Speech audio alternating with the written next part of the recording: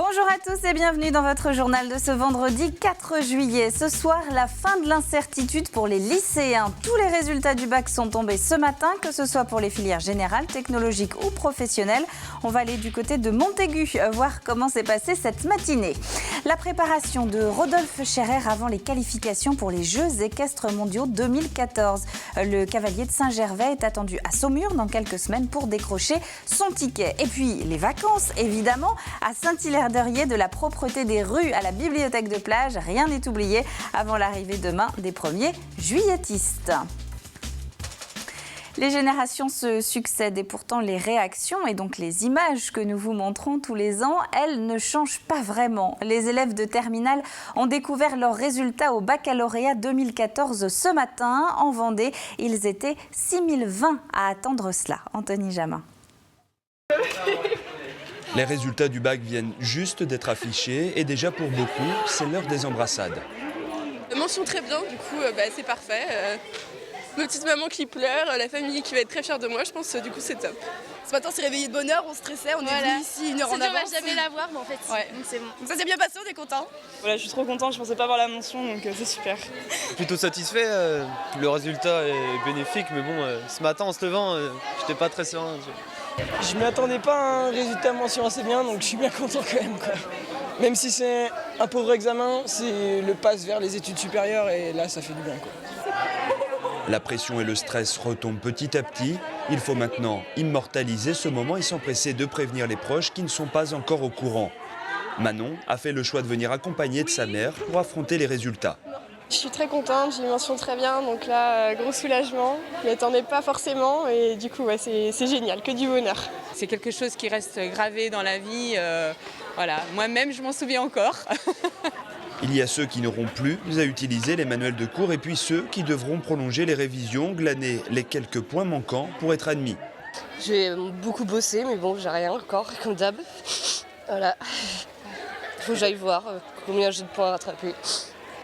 Pour les moins chanceux débuteront donc dans quelques jours les épreuves orales du rattrapage. Pour les autres, le planning c'est détente, fête et repos avant le début des jobs saisonniers.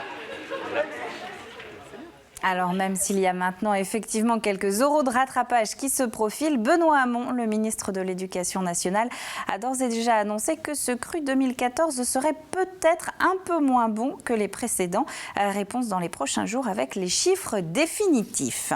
Le nouveau préfet de région était en Vendée aujourd'hui pour son premier déplacement dans le département. Henri-Michel Comet est allé à la criée des Sables d'Olonne tôt ce matin avant de rencontrer l'ensemble des acteurs économiques vendéens à La Roche-sur-Yon. Chambre de métier et d'artisanat, chambre de commerce, chambre d'agriculture ou encore comité régional de conchiliculture. Pour cette première entrevue, le préfet de région a voulu leur redonner confiance. Il est essentiel dans ce pays de donner confiance, de redonner confiance. Nous avons des acteurs économiques extraordinaires. Nous avons des individus qui protègent l'environnement de manière extraordinaire, la qualité de l'alimentation, la qualité des paysages. Nous avons une cohésion sociale qui est remarquable et ce n'est pas dans cette région des Pays de la Loire qu'on peut dire le contraire. Pour ce qui est des difficultés, on se serre les coudes pour les résoudre ensemble. Mais parlons surtout de ce qui marche. Un mot de cette carte des radars en Vendée chez nos confrères de Ouest France aujourd'hui. De quoi lever le pied. On y apprend notamment que ces radars ont flashé dans le département près de 29 000 fois en un an. Sur les 29 machines installées, c'est celle de Belleville-sur-Vie qui crépite le plus. 10 300 infractions relevées sur la 4 voies, donc dans le sens La Roche-sur-Yon-Nantes. À l'inverse, le radar de Pétos sur la départementale entre Fontenay-le-Comte et Saint-Hermine est celui qui fonctionne le moins souvent. 53 PV ont été dressés en 2013. Soirée animée hier à Saint-Hilaire-d'Eriez. Près de 800 personnes ont participé à la réunion publique de la municipalité. Thème de la soirée, le projet de thalassothérapie porté notamment par Serge Blanco. Laurent Boudelier, le nouveau maire de Saint-Hilaire-d'Eriez, en avait fait un argument de campagne pendant les municipales. La mise en place d'un référendum pour savoir si la majorité des habitants valide cette installation. Hier, donc, première étape, la réunion publique pour expliquer la démarche. Nous attendons un projet alternatif, une remise à plat. Nous sommes complètement hostiles à l'idée d'un bâtiment de 15 mètres, de 130 mètres de long et de 170 logements, quoi qu'on en dise. et qui va venir dénaturer ce site et occuper d'une façon impressionnante l'espace actuel. On n'est pas uniquement sur des hauteurs de bâtiments, on est aussi sur la problématique de l'emploi et du dynamisme économique. Aujourd'hui, ceux qui sont opposés au projet ne sont pas du tout sur ces mêmes thèmes et ne proposent pas de projet alternatif sur le développement économique, la création d'emplois et la notoriété. Le référendum sur la construction d'une thalasso à Saint-Hilaire devrait, lui, se tenir avant la fin de l'année. Du sport maintenant, avec le Tour de France qui s'élance demain d'Angleterre. Premier kilomètre des 3664 que les cyclistes vont boucler en 3 semaines. L'arrivée en France se fait, elle, du côté du Touquet, dans le Pas-de-Calais. Ce sera mardi. La suite se fait, vous le voyez, intégralement, et malheureusement pour nous, dans l'Est et le Sud-Ouest du pays. Arrivée à Paris le dimanche 27 juillet. Du côté des coureurs, le Team Europcar est bien arrivé sur place. L'équipe de Jean-René Bernaudot a participé hier à la présentation officielle des équipes et tout le monde est plutôt souriant, comme vous allez le voir sur ces photos qui ont été postées notamment par les organisateurs. Dans le détail, à part Brian Cocard, les 8 autres coureurs vendéens ont tous déjà participé au moins une fois à la Grande Boucle, jusqu'à plusieurs fois d'ailleurs, plus d'une dizaine de fois pour Thomas Voeckler. Reste donc à savoir ce qu'il nous réserve pour cette année. D'ailleurs, à partir de lundi, Delphine Ledu et Aurélien Huard feront chaque soir le point sur l'étape. Ce sera juste après le JT dans les Vendéens du Tour. Et puis avant de refermer cette page Tour de France, un mot quand même d'un autre cycliste vendéen qui rempile lui aussi pour la 3e fois. C'est Arnold Jansson. Le Chalandais roule avec le dossard 124, dossard de la Française des Jeux. De l'équitation maintenant, avec, on le disait en début de semaine, Rodolphe Scherrer qui était fortement pressenti pour participer aux Jeux équestres mondiaux qui se tiennent en Normandie le mois prochain. Et bien d'ici là, le cavalier vendéen travaille dans son haras et se prépare à la compétition. Delphine Ledu. Nouvelle séance d'entraînement cet après-midi pour Malaka, selle français de 14 ans. C'est avec cette jument que le cavalier de haut niveau, Rodolphe Scherrer, a été présélectionné pour les Jeux équestres mondiaux. C'est ma jument de tête et c'est elle qui est qualifiée du coup pour les Jeux olympiques et qui est sur la longue liste justement en vue des championnats du monde là, en Normandie.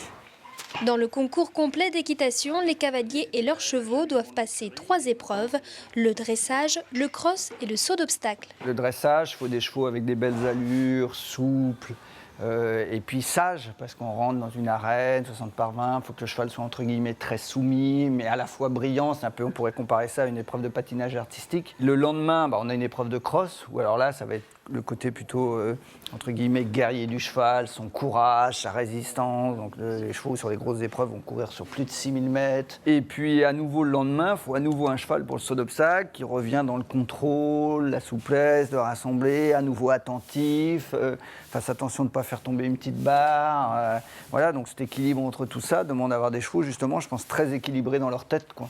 Dans la compétition depuis l'âge de 14 ans, Rodolphe a déjà participé à une dizaine de concours complets internationaux 4 étoiles, c'est-à-dire le plus haut niveau. Il a aussi été plusieurs fois médaillé avec l'équipe de France. Pour Aude, son épouse, l'atout de Rodolphe, c'est justement son expérience. Il a commencé très jeune. Il a toujours été bercé dans la compétition haut niveau. Il a fait ses premiers championnats d'Europe à l'âge de 14 ans. Il a eu beaucoup de sélections en équipe de France, beaucoup de métiers, donc il aborde les grosses échéances avec beaucoup de sang-froid. Et je crois que ça, c'est important. À la fin du mois, une ultime épreuve attend les candidats et leur monture. À la clé, une place en équipe de France. Rodolphe et Malaka se tiendront prêts.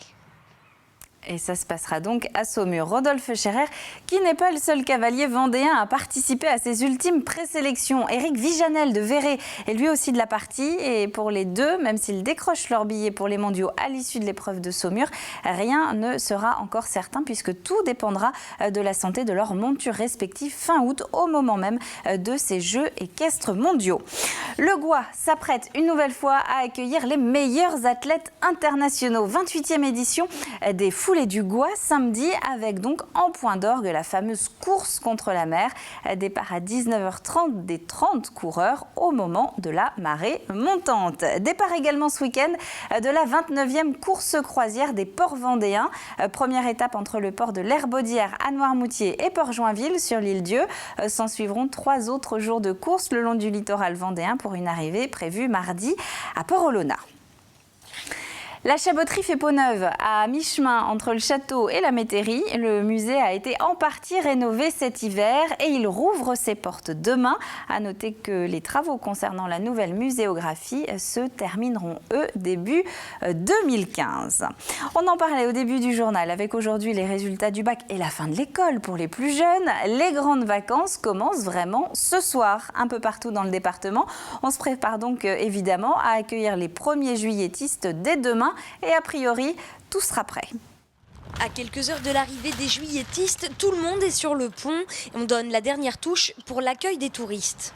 Saint-Hilaire-de-Riez et ses 11 000 habitants voient sa population multipliée par 10 en période estivale. La municipalité a donc embauché une centaine de saisonniers en renfort de ses 200 agents municipaux. Il est important effectivement que nous recevions les touristes dans de bonnes conditions, leur garantir une qualité de vie pendant ces vacances, mais également garantir leur sécurité. Dès ce samedi, les touristes arriveront en masse. Ils trouveront dès leur arrivée des saisonniers souriants et motivés. De la rigueur, de la présence, de la disponibilité, mais bon aussi les vacances et puis les sous à la rentrée.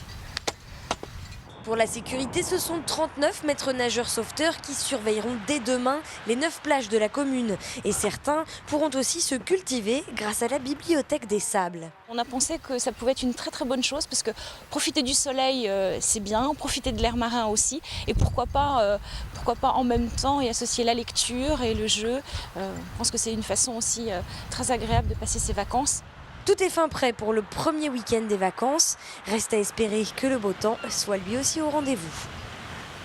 Et donc, même Choupi prend ses vacances en Vendée. Risque de premiers bouchons estivaux demain samedi aux abords de La Roche-sur-Yon et donc des communes du littoral. Bison futé voit pour le moment orange sur les routes de Vendée. Comme dans le reste de la France, ce sera beaucoup plus calme dimanche. Le temps de ce début de vacances dans le département, justement, eh bien, on va commencer par les rebaptiser, ces vacances. Ce seront plutôt des congés de début d'automne demain. Crachin, voire petite pluie et vent le matin. Ciel qui reste assez chargé l'après-midi. Et dimanche, amélioration attendue en milieu de journée. La fin du week-end devrait en tout cas être sèche. Le bulletin complet, c'est dans un instant avec Armelle Pavageau. C'est la fin de ce journal. Merci à vous de l'avoir suivi. Prochain rendez-vous avec l'actu vendéenne, c'est lundi avec Edwige Richard. D'ici là, très bon week-end à vous tous sur TV Vendée. Bienvenue aussi si vous faites partie des chanceux qui commencent leurs vacances ce soir, qui plus est en Vendée. Et donc, à bientôt.